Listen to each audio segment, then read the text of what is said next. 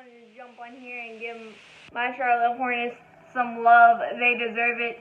6-7, and every single game we've been down double digits, and back-to-back nights we've hit game-winning shots in the waning seconds. Malik Monk with 1 second hit the dagger against the Pistons, and Ihole, he's coming into his own, attacking the basket, becoming the player that we wanted him to when we drafted him out of Kentucky. It's just taking him a little bit, but he's coming into his own with help from Dwayne Bacon. Injuries have gotten him a little bit with knee soreness. They said it wasn't serious, but it's been 3 games, and Malik Monk has benefited greatly. I thought this season was going to be from the jump, and it was going to be really difficult to watch with these youngsters, including this year's draft pick, P.J. Washington. I don't know how he fell to number 12, but I'm super happy he did. I didn't realize how good of a shooter he was, and he just does everything: block shots, rebounds, even some steals at some points. And Miles Bridges, a nice piece. He has his moments, but then he has his duds, but that's what young players do. But they can absolutely put on a show with some of the dunks they have as well. It's just fun to watch. And then we're finally hitting on some of these second-round picks as well. Devontae Graham, most notably, he is just playing out of his mind right now. And yes, I know we'll always miss Kemba Walker, who is really weird to see him in Celtic green, and it always will be.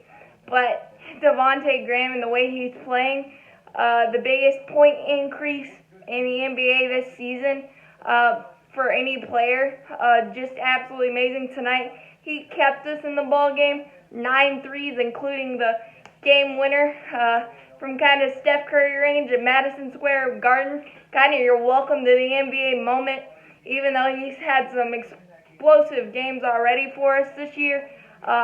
Just coming into his own. Second-round pick, Dwayne Bacon's had his moments. A 25-point game against the Golden State Warriors to help us win that one. And the unsung hero, I think, so far this season, Junkyard Dog, Cody Martin, just a menace, a great defender, a guy that the ball finds him. He's a magnet for it. He will scrap, he will claw, he will probably punch you if you have to get the rebound. He's just been big time in many of these games.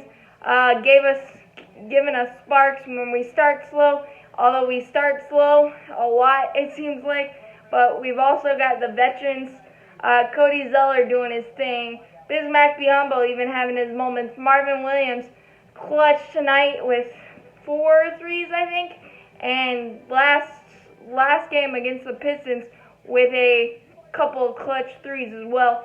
And I also I know we crushed Nick Batum for his contract, and I still think it's not really good, but I think he'll flourish with these youngsters because he's a veteran. He's a great passer, great facilitator. I think he had 3 points, 9 rebounds, and 6 assists tonight. And him and P.J. Washington had a good rapport as well.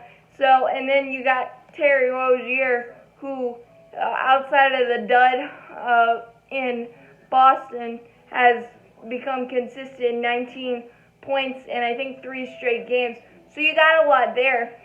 And finally hitting on draft picks and not getting screwed over by the NBA. Yeah, I'm still not bitter about that. Winning 9 games or whatever it was. Should have been able to draft Anthony Davis.